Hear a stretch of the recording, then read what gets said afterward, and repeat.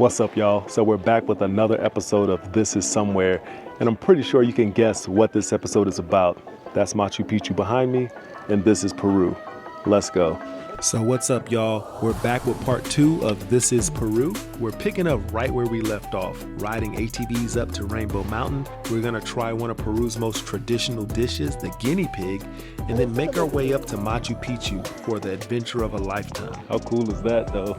We'll also be tasting local foods across the Cusco region, and to wrap it all up, I head back to Lima to dine at the #1 restaurant in the world, Maido. Multiple courses, wild flavor combos, and I even got to interview the head chef and owner himself. So buckle up, because the second half of this trip might be even crazier than the first. So last time we left off on a cliffhanger, literally. We were headed to one of Peru's most breathtaking and dangerous spots, Rainbow Mountain. The higher we climbed, the thinner the air, and the more insane the views got. That's when I knew we were getting close. With every turn, the landscape just kept leveling up. All right, we finally off the ATVs. Now we're about to go to Rainbow Mountain. I think we're gonna hike it though. I made it to Rainbow Mountain. Check it. That's it right there. We gotta go up here to get a better vantage point. It's actually beautiful. So we gotta go up there. And this is when the altitude at Rainbow Mountain really kicks in. You're basically standing at the same elevation as Mount Everest base camp.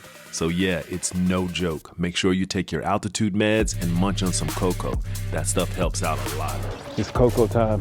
It is? Yeah. Would you like one? She gave me some already. Okay. I'm about to pop one. When we finally reached the top, we were greeted by a squad of alpacas and llamas rocking sunglasses. The true celebrities up here. And you already know the first thing I had to do, fly the drone. Stay tuned, we're gonna put the drone up in the air.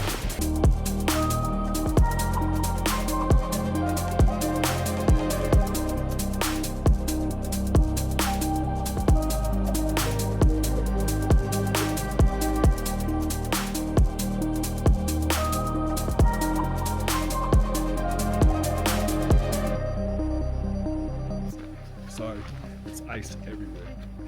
So after that quick flight and paying about $10 for 30 minutes of drone flight, we linked back up with our guide to get the real story. Turns out Rainbow Mountain only became a tourist attraction recently, and then just until a few years ago, you had to hike 9 hours to reach it. Right now we are on 5,000 meters, and you've been up there on 5,036 meters about sea level. Vinicunca or Vinicunca. Vinicunca is a Quechua word. Vini means color. Kunke is nick, no? It's like a colorful mix. But all the colors that we can see right now, for example, look, there are red color, yellow, and then the green one or turquoise are the natural colors, because all those colors is the natural oxidation process of many minerals. Before 10 years ago, we could arrive here, coming from behind of the Ausangate glaciers, doing a 5 days or 8 days hiking. So for centuries, this mountain was known to local indigenous communities, especially the Quechua people, who considered it sacred and part of their land. However, the vibrant colors were hidden beneath snow and ice for most of the year. Around 2015, due to climate change, the snow cover began to recede, revealing the full colorful face of the mountain for the first time in modern memory. As hikers and locals began sharing photos online, Rainbow Mountain quickly went viral on social media, putting it on the global tourism map. And they are using the money to improve many different things. And in 2019, they built all the roads that we could use today to ride ATVs. So one thing that I have to say is that the air is a lot thinner up here than it is at base camp. As I'm talking to you, it's hard to even hold a conversation, but absolutely worth it. Just take your altitude sickness pills, talk slow, walk slow, and boom, Rainbow Mountain. It's worth it. Also, bring cash. If you fly a drone, pay cash. If you take a picture with alpacas, yeah, bring cash. If you show up, bring cash. And my last tip is that I highly recommend going as early as possible, because this mountain can get packed. Hey, look at the crowd now. There wasn't even maybe 15% of these people here. So after exploring Rainbow Mountain and learning all its backstory, it was time to make our way back down, hop on the ATVs, and then back into the van for our 3-hour trek back to Cusco. Tired? Definitely. but that mountain was worth every step. We're back in Cusco and it's time to eat. So we're gonna check out this new restaurant that was recommended by the tour guide. So let's go. And back in Cusco, I had no idea what I was walking into. The city was packed. Turns out it was a national holiday, Teachers' Day. And in Peru, it's a big deal. It felt like the entire region had shown up. Every school, every grade level, they all had something to represent. Marching bands, dancers, traditional dress, parade stretching through the city. Teachers in Peru are deeply respected, not just as educators, but as cultural keepers and community leaders. This celebration was a full-on tribute to the people who shaped the future of this country. How cool was that to celebrate teachers and education? I wish we did that in the United States. So after watching the parade for a little bit, it was time for my reservation at Morena. It's a Peruvian cuisine spot in the heart of Cusco, and I was about to try something new, alpaca.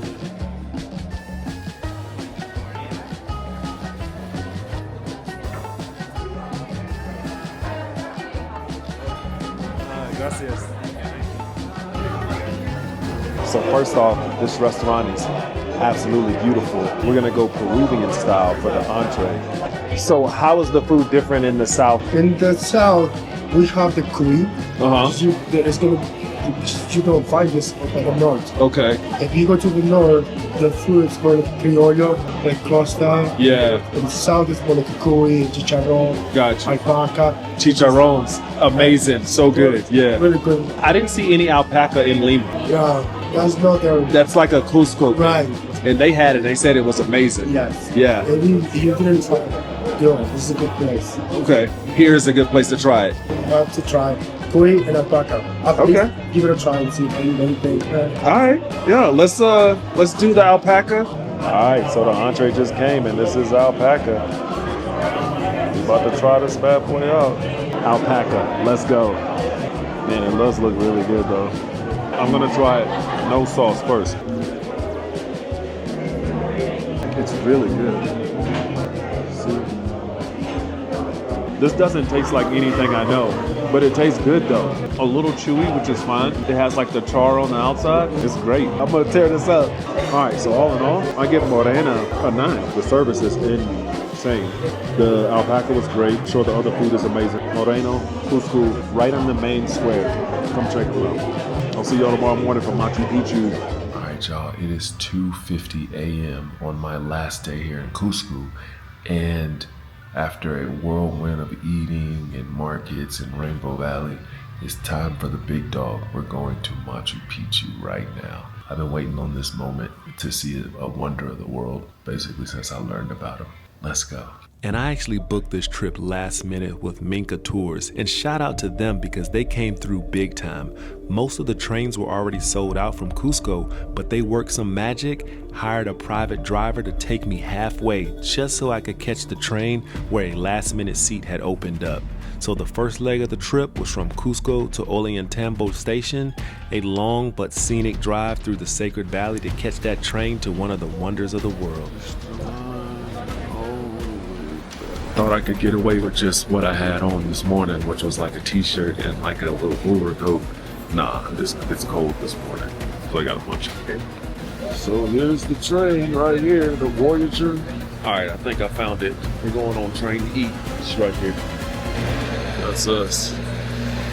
And after I found my train, I boarded, sat down, and we kicked off the 2-hour journey from Ollantaytambo to Machu Picchu. I grabbed some cocoa tea, tried to catch a nap, but honestly, I was too hyped to sleep. 2 hours later, we finally pulled into Aguas Calientes, and just like that, I felt alive. The energy hit different. Machu Picchu was finally within reach. Lionel? So now we headed to the bus to go up to Machu Picchu. I found the tour guide. This is the line. That's why you saw everybody running off the train, because you got to get in the queue for the buses to Machu Picchu. And they have several buses that run non-stop, so the line didn't take long at all.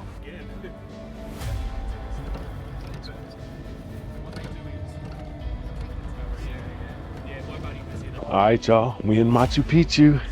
We're going circuit 2, which is supposed to be the best circuit. I got my tour guide right here, Julio. What's up, y'all? He said, what's up, everybody? He's about to show us around Machu Picchu. Let's do it.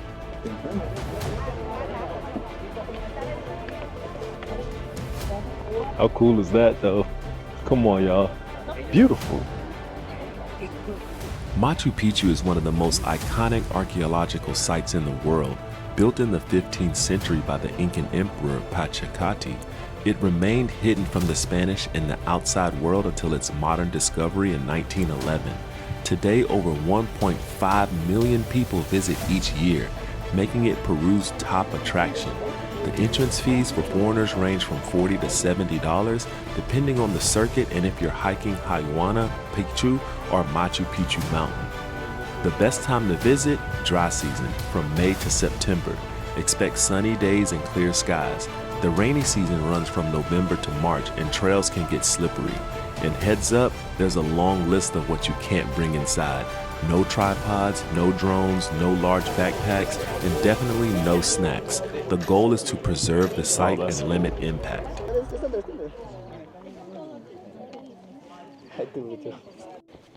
So I have to ask, how did you learn so much? Is this like part of your culture as well? Like, are you Incan? So Julio was a true pro with Incan heritage who knows this place like the back of his hand. He studied Incan history for 3 years to become a certified professional guide, and it shows. Every stone, every terrace, he's got a story for it. It wasn't just a tour, it was his masterclass. So we're about to walk into the city right now. Oh, look at that. Yes, the windows in the cafeteria. Clay, ground, straw, guinea pig hair. Guinea pig hair? Guinea pig hair? Yes, guinea pig hair. This mortar was mixed with llama fats. Llama fats to make waterproof.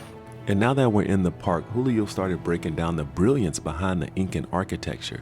These stones, no mortar, no glue, just precision cuts and perfect placement. The Incas used a technique called ashlar masonry, where stones were shaped to fit together like a puzzle, so tightly that not even a blade of grass could fit between them. He showed us how during its prime, Machu Picchu had thatched roofs and the city looked vibrant and alive, not just stone ruins, a living, breathing mountaintop retreat. Were there a lot of earthquakes? No, but they were. They were? Because here before 1911. And those would absorb the shock? Yes, sir. Okay. So if it's closed, it would absorb the shock of an earthquake. And then that is a window. 500 people. Okay, that makes sense. I'm thinking it was like in the thousands. And Julio explained that in its prime, Machu Picchu wasn't a crowded city. It was home to around 300 to 700 people, mostly nobles, priests, and caretakers. It was more of a royal retreat than a bustling capital, built for the Inca elite and hidden high in the clouds.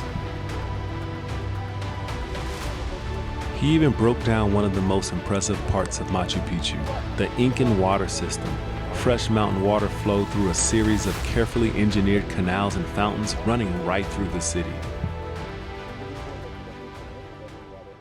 And Machu Picchu wasn't randomly built. Every structure, every alignment had a purpose tied to the sun, the stars, and the Incan astrology. From the sun gate to the temple of the sun, the Incas designed this place to sync perfectly with solstices, equinoxes, and celestial events. It wasn't just a city, it was a cosmic calendar carved into the mountains. September, October, November, December. And sun goes back. January, February, March, April, May, June. And it's all can be reflected in that window. Yes, sir. Right down there. There are two small windows there, eh? This one, Yeah. another one, two. So this is where they would like source their rocks from. They found big quarry here in this mountain. Like this. So the mountain was like this. Oh, so they didn't have to like break it up. They just, They cut, right? They cut. yeah, they just enrolled it Small down. rocks were in the house, right? He explained how the Incas worked with these massive stones. No modern tools, no machinery. They drill small holes into the rocks, fill them with burning wood to heat it up, then shock it with cold water. That sudden temperature change would crack the stone, making it easier to shape. No chisels, no saws, just fire, water, and brilliance. Oh, so they use heat and then cold to make it. Okay, that makes sense, yeah. And one of the main reasons why the Incas chose this location was because of the abundant and high quality stone available in the area. And every single stone was built with intention. The walls aren't just stacked, they're set at precise angles to withstand earthquakes, control temperature, and even reflect sound. So what happened to the Incas, you ask? Well, the Spanish arrived in 1532 and began their brutal conquest of the Inca Empire. They captured and executed the emperor, dismantled cities, destroyed temples, and replaced sacred sites with churches. But here's the twist. The Spanish never found Machu Picchu. Hidden high in the Andes and protected by its remote location, the city was abandoned by the Incas and left untouched. It wasn't destroyed, it was forgotten. And it stayed that way for centuries until its rediscovery in the early 1900s. So you're saying when the Spanish came, they killed basically like all the scientists, the doctors, the teachers? Yes. Is that because they didn't want to like continue the Inca like culture? Yes. But they kept the servants because they wanted them as basically slaves? Yes. Oh. Wow. Yeah. In the text of Incas, there are symbols. We assume these are symbols to come some information. Yeah, We don't know the meaning, but we don't know exactly. and that's because they killed everybody that could have translated that. Yes. Yes, yes.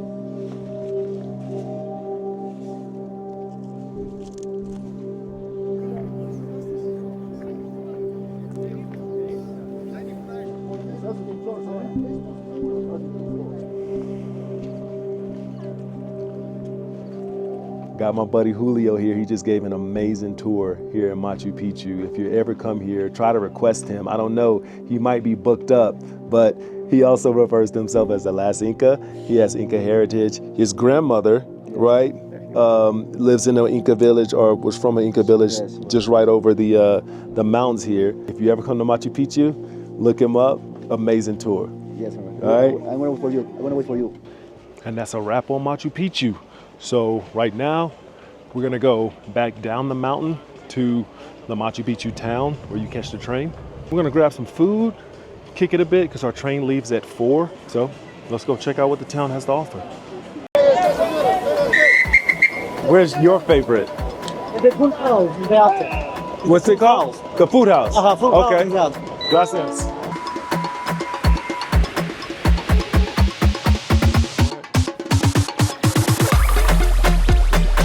So we're at the restaurant that cop told me to come to. It's called Full House.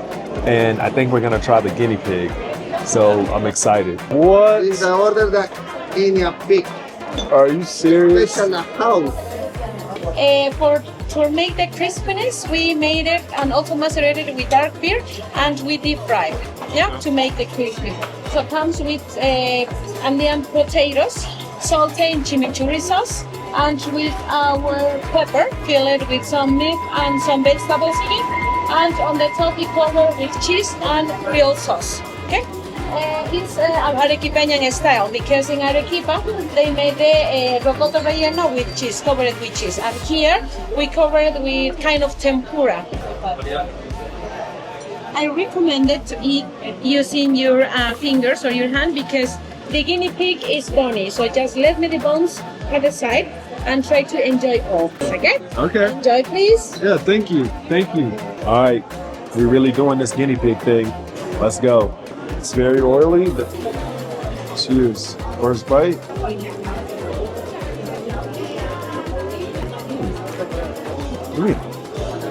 They weren't lying. Oh, I get it.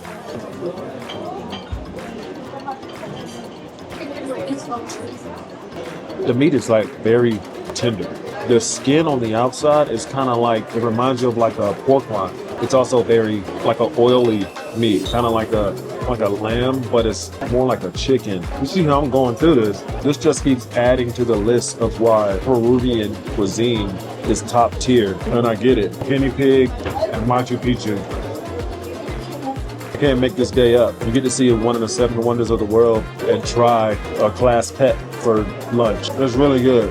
My final thoughts is this, and this may shock you. So the texture is better in chicken.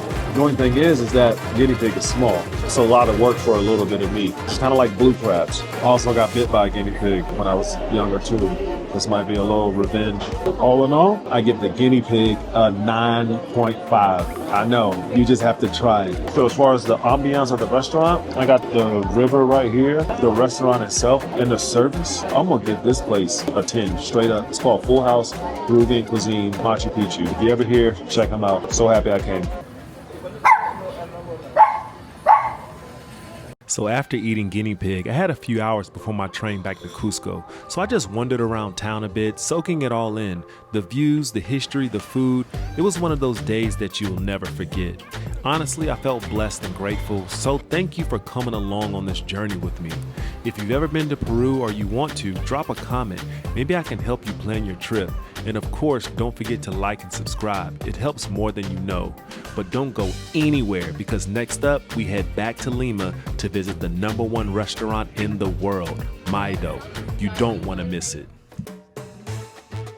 So the next day I flew back to Lima early, and with a few hours to burn before heading to Maido, I went to explore one of the city's most creative neighborhoods, Barranco. The walls here are alive with murals, political messages, and Afro-Peruvian influences. Local artists use the streets as their canvas, telling stories through bold colors and layered textures. It's raw, real, and full of soul, a perfect contrast before stepping into the polished world of Maido. So we finally made it to the #1 restaurant in the world, Maido, as named by the world's 50 best restaurants. Under Chef Mitsuharu or Micha, Maido has grown into a global standard bearer for Nikkei cuisine, blending Peruvian ingredients with Japanese technique in a way that's changed the culinary game. This isn't just hype. Maido has elevated Lima's status on the world culinary map. You have the tasting menu, and Yes. this is the Maido experience. Yes. Menu designed by the chef is going to have 14 courses from the 14, two of them Okay. are desserts. #1 restaurant in the world. We're here. And I get to share it with a new friend, Fred, who's here in Lima on business from Taiwan. We both came for this once-in-a-lifetime experience. So I'm gonna introduce you real quick. So we're here at Maido doing this tasting menu, and I just met Fred. He's from Taiwan, and he said Taiwan has some amazing food. So we gotta add that to the list. Fred, good meeting you, man. You ready to have fun today? Exactly. All right, let's do it. Let's do it. So this is the terrapoto, regional chorizo from the Amazon. That's crazy.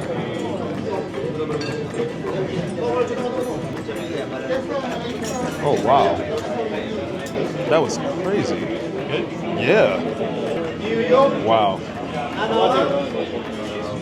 Yeah. Oh, that's a great way to start. Yeah. I think I might get a glass of wine. I don't want to get too lit. Oh, okay. And the one thing that I loved right off the bat about this experience was that they just don't serve you. They educate your taste buds. Each ingredient is brought out one by one, explained and celebrated. These are the scales of the paiche. Okay. So we dulce, which is sweet pepper, karashi, which is Japanese mustard. Wow. All right, so this is the butafara de pachi, an Amazonian fish. The scales are crazy.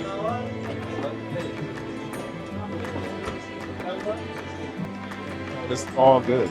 This looks incredible. Side bypass tartar, scallop, razor clam, seafoam, and cilantro. Oh, wow. Fingers, one bite. Fingers, one bite. Yeah. So eat the shell. Okay. And one of the most important rules of the tasting, follow instructions. When they say one bite, they mean it. There's a reason behind it. That single bite is designed to hit every flavor note at once. One bite. Let's go. Oh, I can't wait to see what you think. Bottoms up. That was incredible. What'd you think? I don't know where it's so flavorful. So when you bite it, it kind of like Yeah. explodes. And then came an experience on top of the experience. And just as I was about to dive into the next dish, the owner himself walked up to the table. Mitsuharu or Micha, the head chef and mastermind behind Maido. I was stunned. It felt like meeting a hero, one I didn't even know I had until that moment. Micha, Mitsuharu, but everybody calls me Micha. He is the main chef Hello. and the owner of Maido, and I gotta say this experience so far is the best experience I've ever had. Thank you very much. No, thank you. This is incredible. Well, and great. congratulations on being number one. Oh yeah, we're very happy about it. Yeah. Oh, I bet. Yeah, that's pretty amazing. Have you seen like just a crazy uptick in like reservations and everything? Yes. Yeah. A lot of people coming from all over the world. I knew that you were coming often. I appreciate But that. you got it this spot. Yeah, so, I finally got a spot on my last day here in Peru. Great. So it worked out. Enjoy your experience, and anything you need, just let me know, okay? Will do. Thank you. Thank you so much. Thank you. Amazing, y'all. And so after meeting the head chef and owner, he actually stuck around to help explain the next dish. How much better can this get? This is a river prawn, basically. Okay. It's not from the ocean, it's from the rivers. It's our emblematic, I would say, it's like a crayfish. You're not tasty, intense, so right. citrusy, creamy. Enjoy. Perfect. Thank you so much. Ooh, let's go. Wow. Yeah, he's the head chef and the owner. How cool is it to interview him, right? God, this is incredible. Oh. Cuisine. Okay. Mr. Kui. Do you know what is Kui? Kui is no, don't tell me, guinea pig. Yeah. Have you ever ate this one? I had guinea pig twice on this trip. So this is our version, okay? Okay. Cuisine. It's confit and deep fried. We have just one bone here, and the rest is boneless. And the flavor is like a grilled chicken. Yep. It's very tender. We're back with more guinea pig. We had guinea pig at Chicha. Yeah. I had guinea pig in Agas Caliente. Clearly, this is by far the best. Yeah, this is by far the best one. It's like it's so flavorful, just in every little nibble. You know, a juicier chicken. Yeah, here we go. Yeah. Yo, I like it. It's like chicken, but better. Yes. It's like a little bit like stickier in a way. Yeah, I'm happy you said that because I've had it 3 times now, and every time I described it, I said it's like chicken, but it's better. Yeah. So I'm glad that somebody else can vouch for me. And next up, one of my all-time favorite cuts of sushi, the toro. This melt-in-your-mouth slice of fatty tuna is the crown jewel of the sushi world. Rich, buttery, and so tender, it practically dissolves on your tongue. With nori, wasabi, sushi rice, wasabi sweet and green olive. And this part, I suggest. Thank you. Wow. So whenever I'm doing like omakase, and they always ask like, okay, now that you've had everything, what do you want more of? It's always this. Always this. And some of these courses felt like being back in art class. You weren't just eating, you were instructing to mix ingredients in a certain order to unlock the full flavor. It was like blending colors to create a new shade. Each combination elevated the dish to another level. I genuinely loved this experience. It's something that I'll never forget. What made it even more special was how the chefs came by one to walk you through it all. The origins of each dish, the story behind each ingredient, how they play off each other, and what to expect in each bite. It wasn't just a meal, it was a performance. And in that moment, I understood exactly why Maido was named #1 restaurant in the world. But I wanted to dig deeper. Who was the mastermind behind it all? I needed to know more about Micha and how this unique fusion of Japanese and Peruvian cuisine came to life. So I'm standing here with Micha, Yes. head chef and owner of Maido, and amazing restaurant, lovely place. I just have one question. I know this restaurant is the #1 restaurant in the world, but I want to know from you, what do you think makes this restaurant unforgettable? I think it's first of all the hospitality and the flavors. Maido means thanks for coming back. Since we opened, our mission was to be not one check in your life, but the restaurant you want to come back all the time. The Nikkei cuisine, our like blend of flavors, which is Peru and Japan. I think it's unique. Since I'm Nikkei, my father is from Japan. I was born in Peru. Okay. That's my identity. So that's the fusion. That's it. That's the fusion that we have here. Okay. And I think it makes a difference. Oh, it does. Yes. It's incredible. You can taste it in every bite. And we love what we do, so we love making people happy, you know. So that's I'm very it. happy. Yeah, I appreciate you. Thank you so much. That was amazing. #1 restaurant in the world, head chef and owner. Thank you so much. Thank you. Thank you. This whole experience was unforgettable, but before I left, I had to stop by the host stand to say thank you.